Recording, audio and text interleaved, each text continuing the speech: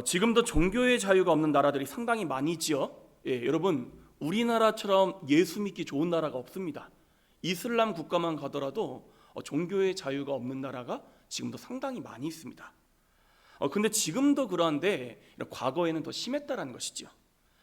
특히 공산주의 국가들이 득세할 때에는 이 나라들 가운데서 종교 탄압이 매우 심했습니다.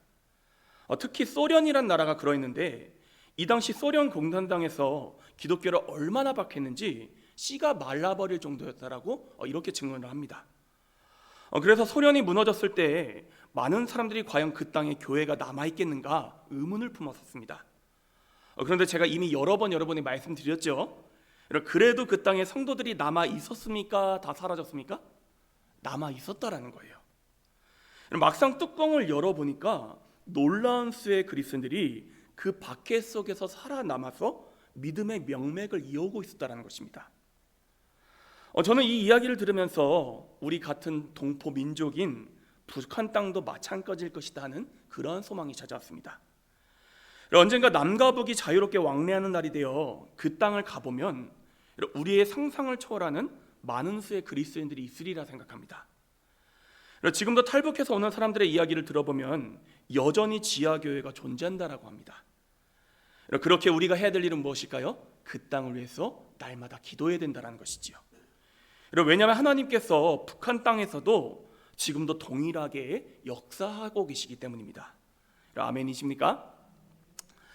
이처럼 우리가 보기엔 다 무너져 내린 것 같이 보여도 하나님께서는 그 마른 뼈들 위에 생기를 불어넣으셔서 다시 살아나게 하시는 전능하신 분이십니다. 아무도 남아있는 것 같이 보이지 않아도 여전히 신실한 당신의 백성들을 남겨놓으신 분이라는 것이지요. 함께 따라 고백하겠습니다. 남은 자를 남겨두시는 하나님. 남은 자를 남겨두시는 하나님. 우리는 이러한 하나님의 모습을 성경 곳곳에서 확인할 수 있는데 먼저 대표적인 예로 노아를 들 수 있습니다. 노아 다 알고 계시죠? 하나님께서는 대홍수로 지상 모든 것들을 쓸어버리시지만 누구는 남겨두셨어요? 노아와 그의 가족들은 남기셔서 당신의 역사를 이어가셨습니다. 뿐만 아니라 오늘 본문에서도 언급하고 있는데 엘리야 선지자를 떠올려 보십시오. 그가 여호와의 선지자는 자신밖에 남지 않았다고 절망하고 있을 때 하나님께서는 여전히 바알에게 절하지 않은 7,000명의 사람들을 남겨두셨다 이렇게 선포하셨습니다. 그리고 이사야 선지자를 통해서는 이렇게 말씀하십니다. 이사야 6장 13절을 제가 여러분에게 세번역 성경으로 읽어드리겠습니다. 주민의 10분의 1이 아직 그곳에 남는다 해도 그들도 다 불에 타 죽을 것이다. 그러나 밤나무나 상수리 나무가 잘릴 때에 그루터기는 남듯이 거룩한 씨는 남아서 그 땅에 그루터기가 될 것이다. 쉽게 이야기해서 북이스라엘은 이미 멸망했고 이제 남유다 또한 범죄함으로 인해 바벨론 심판을 받게 되지만 하나님께서는 그 가운데서도 당신의 역사를 이어가실 거룩한 씨앗이 되는 백성들을 남겨두실 것이고 그들을 다시 이 땅에 돌아오게 하실 것이다. 이 말씀을 전하고 있는 것입니다. 함께 따라하겠습니다. 하나님께서는 거룩한 씨를 남겨두신다. 하나님께서는 그루터기를 남겨두신다. 오늘 우리가 함께 읽었던 로마서 말씀에서도 사도 바울은 같은 관점으로 이스라엘 백성들의 구원의 문제를 다루고 있습니다. 1절 말씀인데 우리 1절 말씀 다시 한 번 더 우리 읽어보도록 하겠습니다. 시작. 그러므로 내가 말하노니 하나님이 자기 백성을 버리셨느냐? 그럴 수 없느니라. 나도 이스라엘인이요 아브라함의 씨에서 난 자요 베냐민 지파라. 아멘. 여러분, 그럴 일이 일어나면 안 되겠지만 우리의 사랑하는 가족이 죽을 병에 걸렸다고 한번 쳐보겠습니다. 그러면 아무리 죽을 병에 걸렸다 할지라도 그 가족을 쉽게 포기하겠습니까? 끝까지 해보려고 하겠습니까? 끝까지 해보려고 하는 게 우리 사람의 마음이지 않습니까? 아니, 우리 자식이 아프다고 생각해 보십시오. 그러면 가진 재산을 다 파서라도 어떻게든 그 자식을 고치려고 할 것입니다. 사도 바울도 지금 같은 마음이라는 거예요. 아니 내가 이스라엘 사람인데 같은 동족에게 더 이상 소망이 없다, 함부로 이야기할 수 없다라는 것입니다. 일단 성경에 비춰보아도 그건 아니고 심정적으로도 그런 일은 일어나서는 안 된다, 지금 단언을 하고 있는 것이죠. 그리고 2절에 가서는 엘리야 이야기를 들며 다시 한 번 더 선포하는데, 하나님이 그 미리 하신 자기 백성을 어떻게 하셨다고요? 버리지 아니하셨나니. 그러고 나서 5절에서 아주 중요한 고백을 하고 있는데, 이 5절 말씀 우리 다시 한 번 더 읽어보도록 하겠습니다. 시작. 그런즉 이와 같이 지금도 은혜로 택하심을 따라 남은 자가 있느니라. 아멘. 남은 자가 있는데 이 남은 자들도 뭘 통해서 나타났다는 거예요? 은혜를 따라. 그러니까 남은 자가 남은 자 될 수 있었던 것도 누구의 은혜라는 거예요? 하나님의 은혜라는 것입니다. 우리가 알다시피 과거 이스라엘 백성들은 오직 은혜로 하나님께 택함을 받았습니다. 자신들의 공로가 있어서 택함 받은 게 아니라는 거예요. 그래서 신명기 7장 7절 말씀은 이렇게 증거합니다. 여호와께서 너희를 기뻐하사 너희를 택하심은 너희가 다른 민족보다 수요가 많기 때문이 아니니라. 너희는 오히려 모든 민족 중에서 가장 적으니라. 이스라엘을 택하신 이유가 뭐라고요? 가장 적기 때문에. 그래서 이 일이 그들의 공로가 아니라 오직 하나님의 은혜임을 알게 하시기 위해서 그렇게 행하셨다는 것입니다. 그리고 5절에서 선포하고 있듯이 많은 수의 이스라엘 백성들이 죄로 인해 망하게 되었지만 그 중에서도 신실한 백성들은 남겨두시는데, 이 또한 그들에게 어떤 공로가 있어서가 아니라 오직 무엇을 따라 남겨두셨다고요? 은혜를 따라 남겨두셨다는 것입니다. 그러니 내가 어지러진 세상 가운데 남은 자로 서 있다, 내가 여기에 속하게 되었다고 해서 우리를 자랑할 수 있습니까? 없습니까? 없다라는 거예요. 왜냐하면 앞서 선포한 대로 모든 것은 다 하나님의 은혜이기 때문입니다. 우리에게 알려진 이단 가운데 류광수의 다락방 교회라는 이단이 있습니다. 혹시 들어보셨습니까, 여러분? 렘넌트 교회, 렘넌트 사상, 남은 자 사상, 이걸 갖다가 엄청나게 강조하는 그러한 이단입니다. 이것뿐만 아니라 여러 가지 잘못된 이단 사상을 갖다가 가르쳐가지고 이제 기성 교회들에게서는 이단으로 분류된 교회인데, 아마 전남 지역에는 거의 찾아보기가 어려운 것 같아요. 근데 아무튼 문제가 많은 이단 중에 하나입니다. 그런데 제가 방금 전에 이야기했듯이 이 교회가 특별히 문제가 되었던 게 뭐냐면 남은 자 사상을 지나치게 강조를 했다는 것입니다. 남은 자 사상이란 아까 우리가 얘기했던 얘기입니다. 시대가 아무리 악하고 망해간다 할지라도 하나님은 그 가운데 누구를 두신다는 거예요? 남은 자들, 거룩한 씨앗을 남겨두시는데 그 씨앗이 누구라는 겁니까? 자기들, 다락방 교회라는 것입니다. 여러분, 이런 생각을 가진다는 자체가 잘못된 건 아닌데 이들의 문제가 뭐였냐면은 그렇기 때문에 기성교회는 다 썩었다. 여기서 기성교회라면 우리와 같은 그냥 일반 교회들을 가리킨 겁니다. 기성교회는 소망이 없다, 우리 다락방 교회만 소망이 있다. 그러니 기성교회를 떠나서 다 어디로 가야 된다? 다락방 교회로 가야 된다. 그래야지 구원의 소망이 있다. 이런 식의 잘못된 우월의식에 사로잡힌 그런 교리를 펼쳤다라는 것입니다. 이런 구원파 교회들 있죠. 구원파 교회. 지금도 계속해서 교회에다가 자기네들 굿뉴스 해가지고 이렇게 막 신문을 보냅니다. 왜 보내겠습니까? 자기들 교회가 정통이라는 거예요.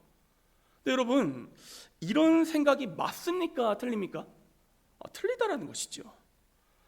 왜냐하면 5절 말씀처럼 남은 자들도 자기들의 의 때문이 아니라 오직 무엇을 따라 남았다라는 것입니까? 하나님의 은혜를 따라. 이걸 갖다 이해하시는 게 중요하다는 거예요. 여러분의 이해를 좀 돕기 위해서 제가 질문 한번 드려보겠습니다. 예전에 제가 한번 드렸던 질문인데, 여러분 이 말이 틀린지 맞는지 잘 판단해 보십시오. 우리 신명교회에 나와야지만 구원을 받을 수 있습니다. 맞습니까? 틀립니까? 왜 틀리죠? 이걸 아셔야 돼요. 왜 틀려요 이게? 오직 우리가 구원받는 길은 누구를 믿는 거예요? 예수 그리스도를 믿는 것입니다. 물론 정통교회에 속하는 거 중요하죠. 근데 정통교회가 왜 정통교회입니까, 여러분? 오직 구원의 길은 예수 믿는 거 하나밖에 없다. 이걸 가르치기 때문에 정통교회인 것입니다. 그 교회에 속했다는 자체가 우리의 구원의 조건이 되지 못한다는 것입니다. 대표적인 또 다른 이단을 들 수 있는데 신천지 다 알고 계시죠? 이 신천지가 어떤 잘못된 가르침을 가르치냐면 이들은 이렇게 이야기합니다. 요한계시록에 숨겨져 있는 하나님의 말씀을 바로 깨달아야지만 구원받을 수 있다라고 가르칩니다. 근데 여러분 이거 맞아요, 틀려요? 틀리죠, 당연히. 다시요. 우리가 구원받는 길은 몇 가지? 누구를 믿어야 돼요? 아멘이십니까? 그럼 다시 질문 드려볼게요. 요한계시록의 말씀을 온전히 깨달아야지만 구원받을 수 있다. 맞습니까? 틀립니까? 당연히 틀리죠. 근데 이들은 이런 주장을 합니다. 그리고 신천지의 교주인 이만이란 사람, 저랑 같은 경주씨입니다. 제 별명이 그래서 이만이었다고 얘기했던 거예요. 이만이라는 사람은 어떤 주장을 펼치냐면 이 요한계시록의 말씀은 자기밖에 제대로 못 풀어준다. 그러니까 신천지 교회에 나와서 이만희의 가르침을 받아야지 구원받을 수 있다. 이 주장이 신천지의 주장입니다. 여러분 이게 맞습니까? 틀립니까? 당연히 틀리죠. 그리고 이들의 더 큰 문제가 뭐냐면은 여러분 예수 안 믿는 사람들을 갖다 전도하려고 하지 않습니다. 이미 교회에 다니고 있는 사람들을 엄청나게 타겟팅을 해요. 근데 천주교 신자는 요즘 잘 안 건든다 하더라고요. 왜냐면 11조를 안 한대요, 천주교 신자들은. 그래가지고 안 건든다는 얘기가 있는데 신천지 교회를 제외한 다른 모든 기성교회들은 다 썩어버렸다. 그러니까 얼른 그 기성교회에서 나와야 된다. 이런 주장을 갖다가 펼칩니다. 이게 맞겠냐라는 것입니다. 여러분 우리가 경계해야 될 것은 무엇이냐면 이러한 비성경적인 우월의식, 선민의식을 갖다 경계해야 된다는 것입니다. 하지만 문제는 이러한 모습들이 이단들에게만 있는 게 아니라 우리 기성교회 내에서도 발견할 수 있다는 게 정말 큰 문제라는 것이죠. 제가 예전부터 제일 듣기 싫어했던 표현 가운데 하나가 우리가 속해 있는 교단이 예장 통합 측입니다. 상식적으로 알으셔야 되니까 한번 따라해볼까요? 대한예수교 장로회 통합 측, 이게 우리 교회가 속한 교단의 정식 명칭입니다. 줄여서 예장 통합 측 이렇게 하시면 됩니다. 그런데 우리 교단 스스로를 가리켜서 맨날 장자교단 이렇게 이야기하는 거예요. 아니 그러면 다른 교단들은 다 서자란 뜻입니까, 여러분? 이상하잖아요, 여러분. 잘못된 우월의식이죠. 또요. 참고로 저는 서울에 있는 장로회 신학대학교를 나왔습니다만 우리 교단에는 장신대 말고도 6개의 직영신학교가 더 있습니다. 다 똑같은 신학교입니다. 그런데 장신대 출신 중에서 간혹 이상한 우월의식을 가지는 목회자들이 있습니다. 서울에 있다, 그리고 들어가기 제일 힘들다, 이런 걸로 자부심을 막 부리는 거예요. 저도 조심하는 부분인데 여러분 잘 생각해 보십시오. 목사가 학력 따지고 자기 자랑하려고 이 길을 걸어온 것입니까? 전혀 아니죠. 이뿐만이 아닙니다. 어떤 교회들을 보면요, 다른 교회들은 다 문제가 있고 오직 자기 교회만 선하고 이 땅의 소망은 마치 자기 교회에 달려있는 것처럼 착각하는 경우가 있습니다. 제가 어느 교회라고 이야기하기는 좀 그런데 과거 이 교회는요, 선교제를 가는 곳마다 큰 문제를 일으켰습니다. 엄청나게 큰 대형 교회예요. 그러면서 자기들이 사역적으로 앞서 있다는 우월 의식에 사로잡혀 있었습니다. 그래서 사역지에 가면은 현지 교회 목회자들과 선교사님들을 존중하고 대화를 통해서 같이 협력해서 사역을 해야 되는데 이들을 무시하는 거예요. 가르치려고 하고 기존 사역들은 다 갈아엎어버리고 그러다 보니까 당연히 큰 충돌이 일어날 수밖에 없는 것이죠. 하지만 이러한 모습들은요, 하나님 보시기에 결코 선한 모습이 아니라는 것입니다.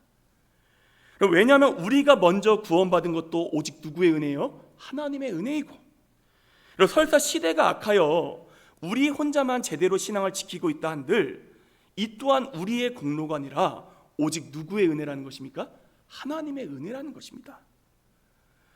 그리고 하나님의 선지자는 나만 남았다고 엘리야 선지자가 외칠 때 하나님이 뭐라고 말씀하셨지요? 여전히 바알에게 무릎 꿇지 않은 7,000명의 사람들이 남아있다라고 대답하셨습니다. 자기는 한 명도 없다고 생각했는데 몇 명이나 남아 있었다고요? 7,000명이나. 이 말씀의 속뜻을 풀어보면 이렇습니다. 아니, 내가 여전히 일하고 있고 너와 같이 수많은 믿음의 사람들을 남겨두는데 너는 무슨 너만 남았다는 그런 헛소리를 하고 있느냐? 정신 차리고 다시 나를 따라와라. 이렇게 말씀하고 계신다는 것이죠. 오늘 본문에서 이스라엘 백성들의 구원의 문제도 마찬가지입니다. 이방인 그리스도인들 보기에는 유대인들에게는 더 이상 구원의 소망이 없는 것처럼 보일 수도 있습니다. 그런데 바울은 그게 아니라는 거예요.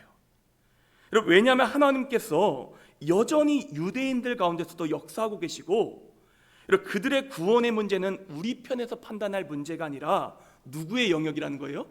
하나님의 영역이라는 것입니다. 그렇기 때문에 우리가 해야 할 일은 그들을 위해서 기도하는 일이지 판단자로 서서 그들보다 그릇된 우월의식을 가지면 안 된다. 바로 이 메시지를 오늘 본문 가운데서 전하고자 했던 것입니다.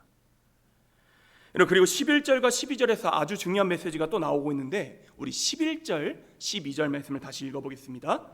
시작. 그러므로 내가 말하노니 그들이 넘어지기까지 실족하였느냐?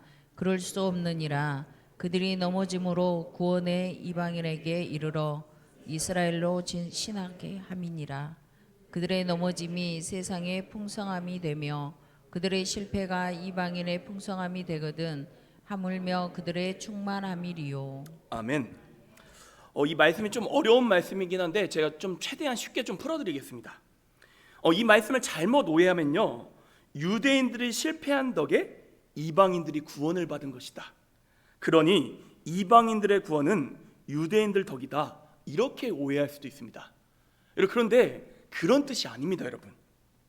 차근히 풀어보자면 하나님께서 이방인들의 구원을 선용하신다는 것입니다. 한번 따라해볼까요? 하나님께서 이방인들의 구원을 선하게 사용하신다.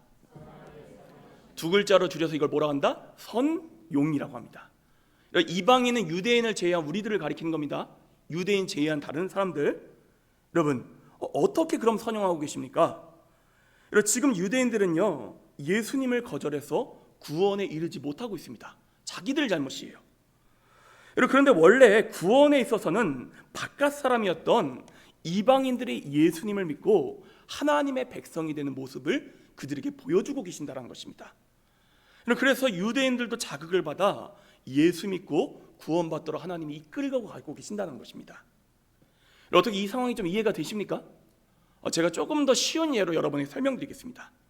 제 아들들 이름이 어떻게 되죠? 재겸이하고 재현입니다. 부모인 저는 당연히 두 아들 다 건강한 음식을 고루고루 먹기를 원합니다. 그런데 재겸이는 편식을 잘 안 하는데 재현이가 그렇게 편식을 합니다. 이제 아마 고명수 선생님은 잘 아실 거라고 생각해요. 고명수 선생님이라고 하네. 우리 어린이집 선생님이시니까. 그러면 제가 어떻게 하냐? 일부러 밥 먹을 때마다 골고루 먹는 재겸이를 대놓고 칭찬을 합니다. 그러면 재현이 어떻게 되는지 아십니까? 시기심이 막 불타올라요. 질투심. 그래서 자기도 갑자기 먹지도 않던 브로콜리를 입에 집어넣고 당근도 먹는다며 저에게 자기 모습을 막 자랑하기 시작합니다. 무엇입니까? 재현이의 시기심을 선용해서 둘 모두에게 바른 식습관을 가르치고자 한다는 것이죠. 마찬가지입니다.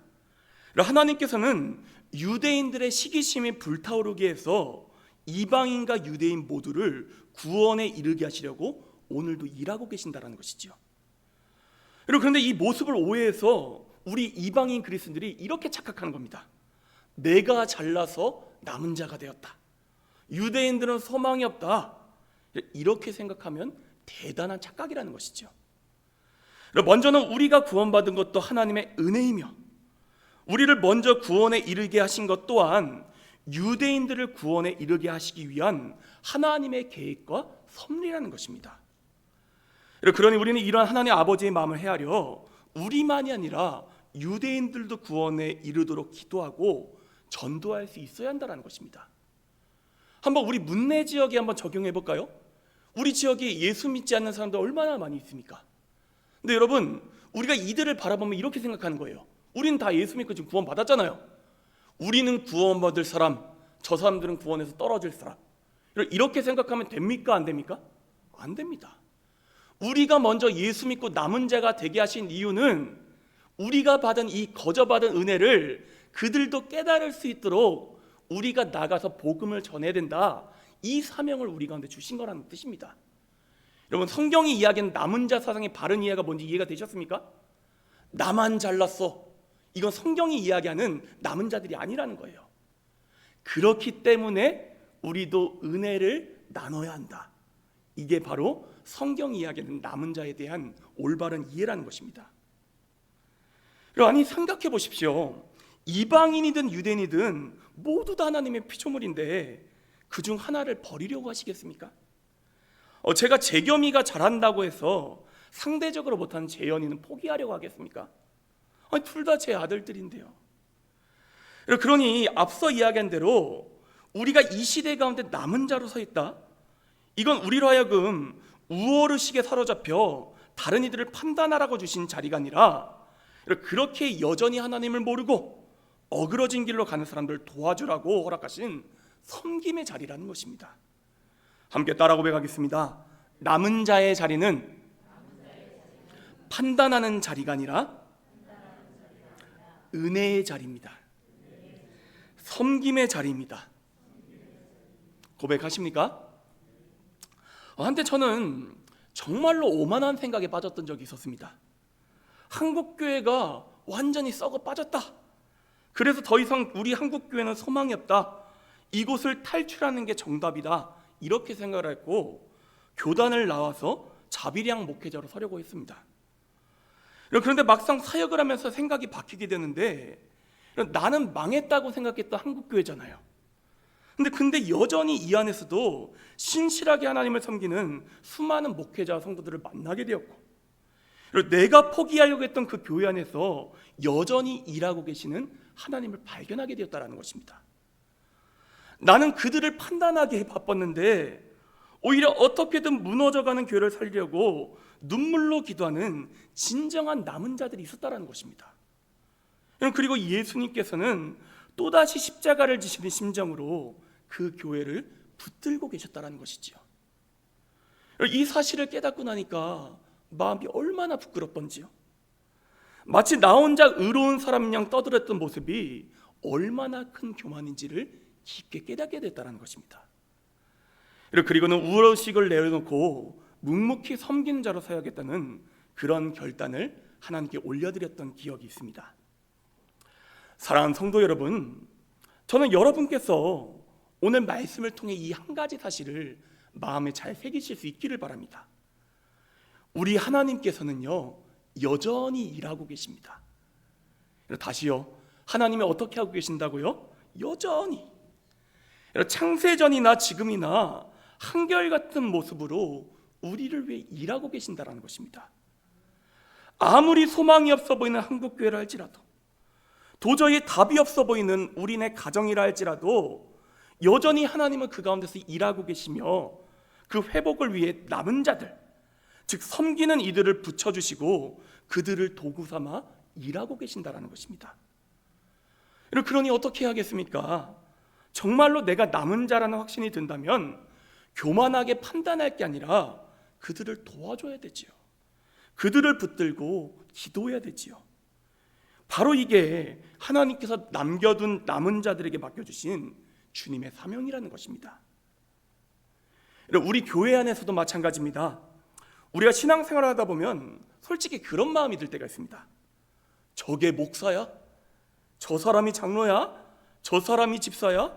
저 사람이 권사야? 우리 교회에 옳은 사람은 나밖에 없어. 내가 이들을 가르쳐야 해. 그런데 이게 아니라는 것입니다. 나 말고도 신실한 주의 백성들을 하나님께서 우리 교회에도 많이 남겨두셨다, 믿음으로 고백할 수 있어야 한다는 것입니다. 실제로 제가 우리 교회에서 목회를 하면서 가끔 깜짝깜짝 놀랄 때가 있습니다. 성도님들과 대화를 나누거나 하시는 기도의 내용들을 들어보면 목사인 저보다 더 신앙이 깊으신 경우가 여러분 제가 심심치 않게 발견하게 됩니다.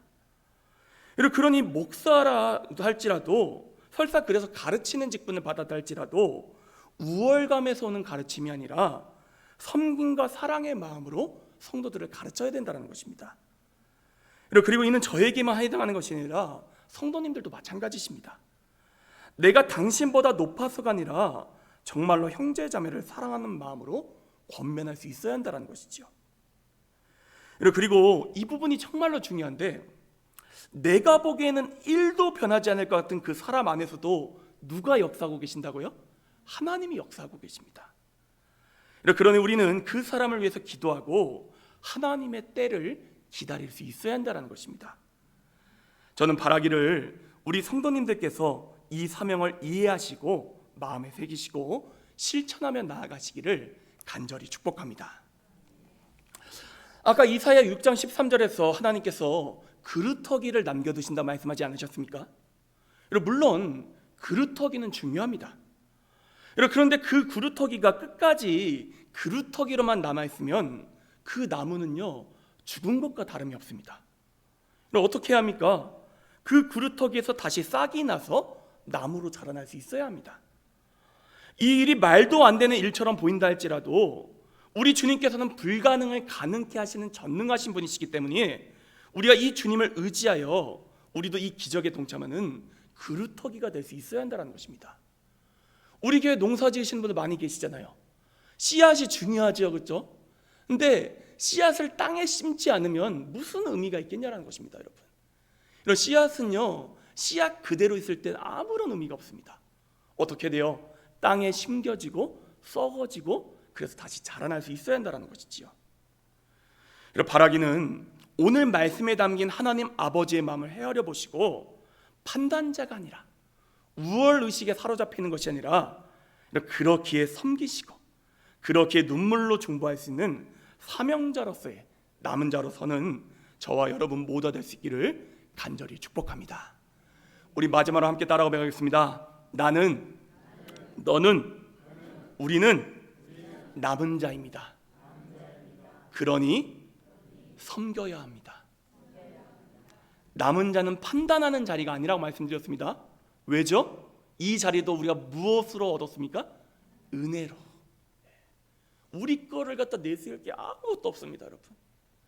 그럼 이 은혜의 원리를 늘 마음에 새기시고 하나님과 우리 사람들 앞에서 겸손하게 서시는 저와 여러분 모두 될 수 있기를 다시 한 번 더 축복합니다. 함께 기도하도록 하겠습니다.